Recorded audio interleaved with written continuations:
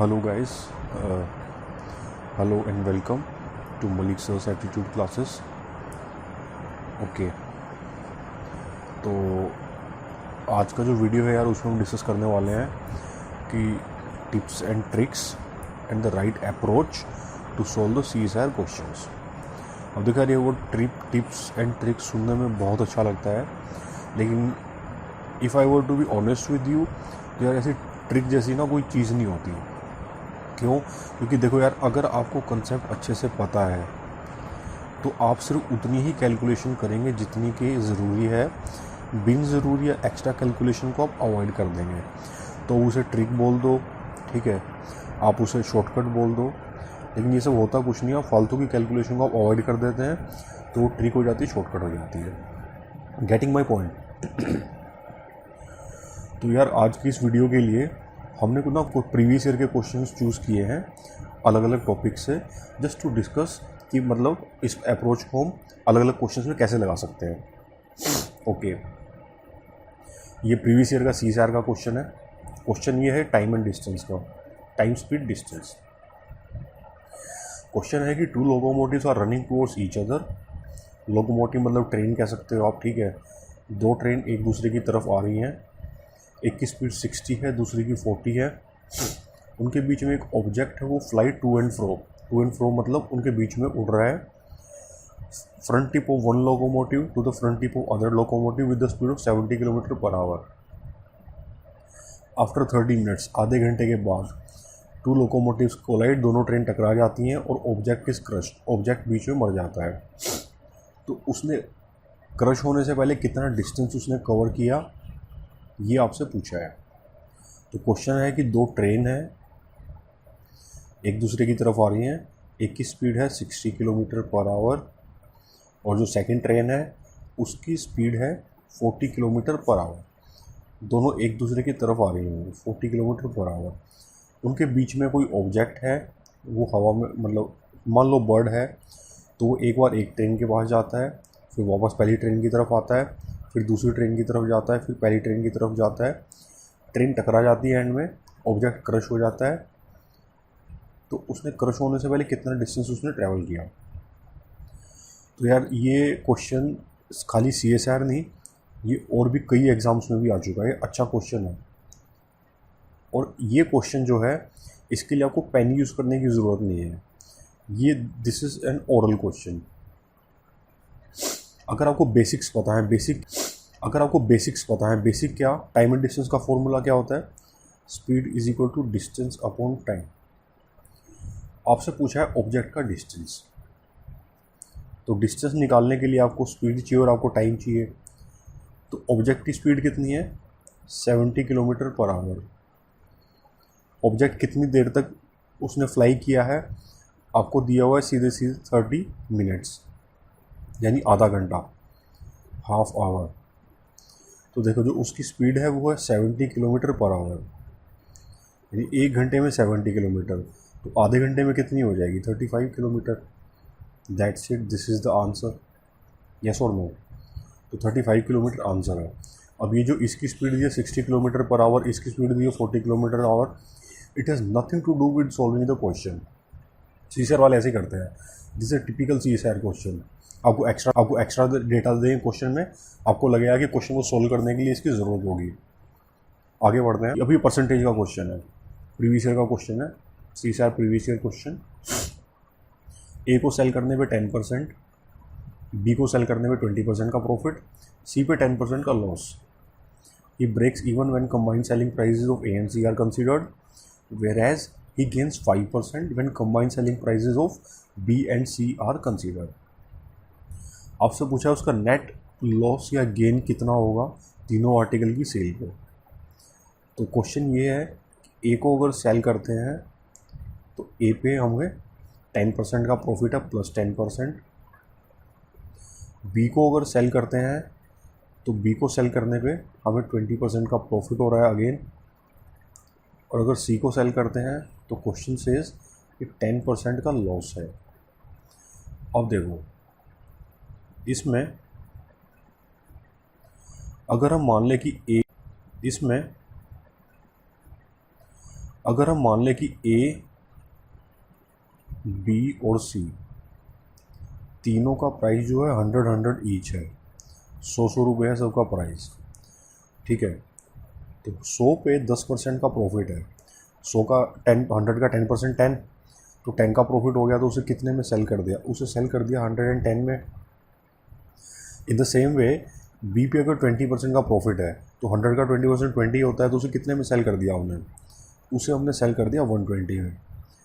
और सी पे 10% का लॉस है, तो 100 पे 10% 10 का लॉस हो गया, तो कितने में उसे सेल कर दिया, उसे 90 रुपीज़ में सेल कर दिया। तो ए, बी और सी हमें कितने के पड़े थे, ये तीनों मिला के हमें पड़े थे 300 रुपीज़ के, और हमने कितने के भेज दिए, ये हमने भेज दिए 320 रुपीज़ के। तो 300 की चीज़ हमने 320 में सेल कर दी, तो प्रॉफिट हो रहा है, लॉस हो रहा है। तो ये जो 20 रुपीज़ का प्रॉफिट है, ये हमें कितने रुपए पे हो रहा है, ये हमें 300 पे हो रहा है। तो इंटू परसेंट करेंगे तो इसकी परसेंट इंटू 100 करें तो परसेंट वैल्यू आ जाएगी, 2 ज़ीरो से 2 ज़ीरो गई, दिस ये बचता है 20/3, दैट इज़ 6.66%। तो आंसर हो जाएगा ऑप्शन डी 6.66%। अब ये जो आपको डेटा दिया हुआ है कि he breaks even when combined selling prices of A and C are considered, whereas 5% when prices of B and C are considered, this is nothing but extra data। ये extra data है, इसको question को solve करने से इसका कोई लेना देना नहीं है, लेकिन क्योंकि क्वेश्चन में डाल दिया तो मैं बता देता हूँ। ब्रेक इवन का मतलब होता है equal, no profit no loss, बराबरी पे। तो बराबरी पे कब है, जब ए और सी को अगर कंसिडर करते हैं तो इसमें देखो यार, अगर ए और सी, तो ए का प्राइस 100 रुपीज़, सी का प्राइस 100, तो इन दोनों का प्राइस कितना हो गया 200, और इनको अगर बेचते हैं तो ए को बेचा हमने 100 का, 110 का, सी को 90 का, तो दोनों को अगर कंबाइन करें तो 200, हमने 200 में लिया इनको और इनको 200 में बेच दिया, तो ना तो प्रॉफिट है ना लॉस है, इसका मतलब ये होगा। और वो था 5% का gain when B and C are considered. अगर बी और सी को कंसिडर करें तो बी और सी कितने के हैं, अगेन 200 के हैं, और बी और सी को कंसिडर करें तो कितने के हैं, 210 के। तो 200 की चीज़ आप 210 में बेचोगे, तो 10 का प्रॉफिट है आपको 200 पे, तो इसकी अगर परसेंट वैल्यू निकालोगे तो दिस इज़ नथिंग बट 5%। तो ये खाली एक्स्ट्रा डेटा था, इसका क्वेश्चन को सोल्व करने में कोई डायरेक्ट वो नहीं था, तो इसकी कोई ज़रूरत भी नहीं थी। और टिपिकल CSR क्वेश्चन अगेन। चलिए आगे बढ़ते हैं। देखिए ये जो क्वेश्चन है DI, चलिए आगे बढ़ते हैं। देखिए ये जो क्वेश्चन है DI का क्वेश्चन है, अगेन प्रीवियस ईयर क्वेश्चन। तो क्वेश्चन सेज, आपको एक बार चार्ट दिया हुआ है, जब आपको इस तरीके से आपको डेटा दिया हो इसको बार चार्ट बोलते हैं, और सर्कल की फॉर्म में जब डेटा दिया हो इसको बोल देते हैं पाई चार्ट। तो आपको बोला है कि बार चार्ट में जो डेटा दिया हुआ है इसके बेस पे इसमें से कौन सा पाई चार्ट बनेगा। देखिए यार बहुत ये बेसिक क्वेश्चन है, ऑब्जर्वेशन का क्वेश्चन है, इसमें कैलकुलेशन नहीं है। अगर आप ठीक से आपको डेटा पढ़ना आता है, you just mark the answer and you just move on. तो इसमें डेटा इसमें क्या दिया हुआ है, 50, 35, 20, 35। तो 50 है, you have then you have 20 and then 35 again. तो इसमें देखो यार जो दो एरियाज़ होंगे आपके सर्कल में वो इक्वल होंगे, क्योंकि 35 के दो इक्वल एरियाज़ हैं। एक एरिया होगा स्मॉलर उनसे और एक एरिया होगा उनसे लार्जर। इसमें देखो ये दो एरिया तो इक्वल हैं, इनसे लार्ज एरिया ये है और इन तीनों से लार्ज ये है, तो इसमें ए तो नहीं होगा। इसमें देखो ये दोनों एरिया इक्वल हैं, इनसे स्मॉल है ये एरिया और इनसे लार्ज है ये एरिया, तो सीधे सीधे आपका ऑप्शन बी हो जाएगा। सी में चारों इक्वल हैं तो इसलिए सी नहीं होगा। डी को अगर आप ध्यान से देखो तो इसमें सारे अनइक्वल हैं, तो डी भी नहीं होगा। तो बहुत सीधे बहुत बेसिक क्वेश्चन था ऑब्जर्वेशन का। अगर आप कहो कि नहीं सर इसको अगर मान लो सोल्व करना हो तो कैसे करेंगे, तो अगेन इट्स वेरी सिंपल। देखो 50 + 20 + 35 140 हो गया। अब दो इक्वल एरिया हैं 35 के, तो 140 का हाफ अगर करते हो 70, 70 का हाफ 35, तो 35 जो है वो 1/4 है, 1/4 यानी कि 25% है 140 का, ठीक है ना। तो 25% कितना होता है, 1/4 कितना होता है, ये सर्कल है तो इसका 1/4 कितना होगा, ये 1/4 होगा, ये 1/4 होगा। एक एरिया इनसे स्मॉल होगा, एक एरिया इनसे लार्ज हो जाएगा, तो सीधे सीधे ऑप्शन बी हो जाएगा। आगे बढ़े, देखिए this again a good previous year question. तो इसमें बोला है कि आपको with reference to right angle triangle shown, इसमें ट्राइंगल ये था, कुछ इस तरीके से दिया हुआ था, एक राइट एंगल ट्राइंगल दिया हुआ था, आपको दो एंगल दिए हुए थे, लेट्स से कि ये एंगल ए, आपको दो एंगल दिए हुए थे, लेट्स से कि ये एंगल ए था और ये एंगल बी था। तो आपको बोला है कि साइन ए कोस बी प्लस कोस ए साइन बी, तो इसकी वैल्यू क्या होगी। तो देखो यार, अगर तो आपका मैथमेटिकल बैकग्राउंड है तो आपको पता होगा कि ये आइडेंटिटी है, और इसका होता है कि ये हो जाता है साइन ए प्लस 1 सेकेंड, ये हो जाता है sine this equals to sine A plus B, ठीक है। तो ये राइट एंगल ट्राइंगल, ये एंगल है 90 डिग्री, ठीक है। तो ट्राइंगल 180 का होता है, तो ए प्लस बी कितना हो जाएगा, ए प्लस बी की वैल्यू होगी 90, तो साइन ए प्लस बी मतलब साइन 90, और साइन 90 होता है 1। लेकिन मान लो, अब यहाँ पे मान लो आपको कुछ भी नहीं आ, मैथमेटिकल आइडेंटिटी आपको पता नहीं है, लेट्स से आप लाइफ साइंस के स्टूडेंट हो, ठीक है, और क्वेश्चन तो आपको आ गया तो करना तो पड़ेगा ही। अब आपको मैथमेटिकल आइडेंटिटी आती नहीं है, आप क्वेश्चन आपको करना है तो कैसे करोगे। देखो, अब आप यहाँ पे कॉमन सेंस लगा के इसको सॉल्व कर सकते हो। आपको फॉर्मूला नहीं पता तो it doesn't even matter, common sense होनी चाहिए। देखो, ए प्लस बी की जो वैल्यू, ए प्लस बी का जो सम है वो 90 डिग्री है, तो आप वो कोई भी वैल्यू ले सकते हो कि जिसमें इसकी ये कंडीशन वायलेट ना होती हो। आप ए को 0 डिग्री ले लो, बी को 90 ले लो, या ए को 90 ले लो, बी को आप 0 डिग्री ले लो, या दोनों को 45 ले लो, और आप सिंपली वेरीफाई कर लो। बस हम वेरीफाई करके देख लेते हैं। लेट्स से फॉर एग्जांपल कि ए को हमने मान लिया 0 डिग्री और बी को हमने मान लिया 90 डिग्री। तो इसका अगर हम साइन ए कॉस बी करते हैं, sign A cos B plus cos A sine B, तो साइन ए, साइन 0 कितना होता है 0, कॉस 90 1, तो 0 इंटू 1, कॉस 0 1 होता है और साइन 90 1 होता है, तो 0 इंटू 1 ये तो 0 हो जाएगा और ये 1, तो दिस इक्वल्स टू 1। तो आपका आ गया ना आंसर 1 यहाँ पे।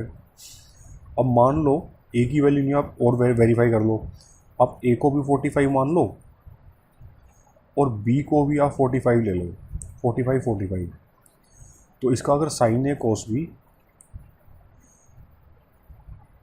Plus cos A sine B आप करते हो, कॉस ए साइन, तो 45 में दोनों की वैल्यूज आप अगर चार्ट पे देखो तो √2/2 होती है, तो ये हो जाएगा √2/2 इंटू √2/2 और प्लस अगेन √2/2 इंटू √2/2, तो ये हो जाएगा 2/4 प्लस 2/4। अगर आप इसको 1/2 ले लेते हो तो भी ठीक है, और ऐसे भी अगर लेते हो तो 4/4 इक्वल्स टू 1 होंगी, तो भी आंसर आपका 1 आ गया। आप एक को 30, एक को 60 ले लो, तो टेक एनी वैल्यू, आपको सिर्फ वेरीफाई करना है, बस आपको सिर्फ वेरीफाई करना है, दैट्स इट। और ये जो चार्ट है बेसिक हमने हाई स्कूल लेवल पे पढ़ाई होता है, तो इतनी वैल्यूज़ तो सबको याद होती हैं। तो this question is very much doable, even if you don't know the formula you can still do the, if you don't know the formula you can still do the question. All right guys, चलिए आगे बढ़ते हैं। Now this again is a very good question. ये भी आपका जो है previous year का CSIR का क्वेश्चन है। क्वेश्चन में दिया है कि आपको इक्विलेटर ट्रायंगल्स दिए हुए हैं, तो ये सारे इक्विलेटर ट्रायंगल हैं ये, ठीक है। Drawn one inside the other, तो ये जो दो शेडेड एरियाज़ हैं, ये वाला और ये वाला, इनका एरिया का रेशियो क्या होगा। देखो यार, एक बहुत ही इंटरेस्टिंग मतलब एक कंसेप्ट है, कंसेप्ट ही मत बोलो इसे। देखो कि जैसे मान लो ये इक्विलेटर ट्रायंगल है, इसको अगर आप मिड पॉइंट से काटते हो तो आपको 4 ट्रायंगल मिलते हैं छोटे छोटे, एक ऊपर 3 नीचे। इन चारों का जो एरिया होगा वो इक्वल होगा, ठीक है। अगर मान लो आप इसको और फर्दर काटते हो, इसके मिड पॉइंट आपने इसको 3 हिस्सों में काट दिया आपने, तो आपको कितने ट्रायंगल मिलेंगे। आपको 1, 3 और 5, यानी कि आपको 9 ट्रायंगल मिलेंगे। सबका जो एरिया होगा वो इक्वल होगा, 9 ट्रायंगल ऑफ इक्वल एरियाज। अब इस चीज़ को अगर आप इस क्वेश्चन में लगाओ तो आपका ये इक्विलेटर ट्रायंगल था, राइट। मान लो इसका पूरे का एरिया था 16 यूनिट, आपने मिड पॉइंट से इसको काट दिया, आपको 4 ट्रायंगल मिले, इक्वल एरिया इसके 4, 4, 4 और इसका भी 4। अब आपने क्या किया, आपने इस ट्रायंगल को फर्दर मिड पॉइंट से काट दिया, तो इसमें आपको 1 सेकेंड, तो इसमें आपको एक और 1 यूनिट के 4 छोटे छोटे ट्रायंगल इसमें मिल गए। तो इन चारों का अब आपका ये शेडेड पोर्शन है, ये वाला ट्रायंगल, तो इसका एरिया 4 यूनिट, और ये वाला शेडेड है, इसका एरिया 1 यूनिट। तो दोनों का एरिया का रेशियो कितना हो गया, 4:1। अब इससे इजी तो क्वेश्चन हो ही नहीं सकता अभी। अब देखो, इस मेथड की ब्यूटी ये है कि ना तो आपको कोई फॉर्मूला याद करना है, ठीक है, और ना ही आपको कोई कंसेप्ट दिमाग में आपको रख के प्रैक्टिस करने हैं। इस चीज़ को आप सीधे सीधे एग्ज़ाम में जाके एज इट इज़ आप इसको रेप्लिकेट कर सकते हो। तो this is a better approach. अगर आपको मैथमेटिक्स आता है इट्स वेल एंड गुड, नहीं आता तो this is a very very good approach. तो इससे हमने क्या देखा, इससे हम कि जो क्वेश्चंस होते हैं आप उनको आसानी से कॉमन सेंस से सोल्व कर सकते हैं, ठीक है। और ये एक्चुअली बेटर अप्रोच है, क्योंकि ना तो आपको कुछ मेमोराइज करना है और ना कोई आपको उसको एग्ज़ाम में रिकलेक्ट करना है, और इसको आराम से आप एग्ज़ाम में अप्लाई भी कर सकते हो। तो कॉमन सेंस के तरीके से आप CSIR के क्वेश्चंस को लगा सकते हो, ठीक है। और इसी चीज़ की आपको थोड़ी प्रैक्टिस करते भी करनी चाहिए। प्रीवियस ईयर के क्वेश्चंस को उठाओ and try solving them. Okay guys, thanks for watching. अगर वीडियो अच्छा लगा आपको तो please like, share and subscribe for more.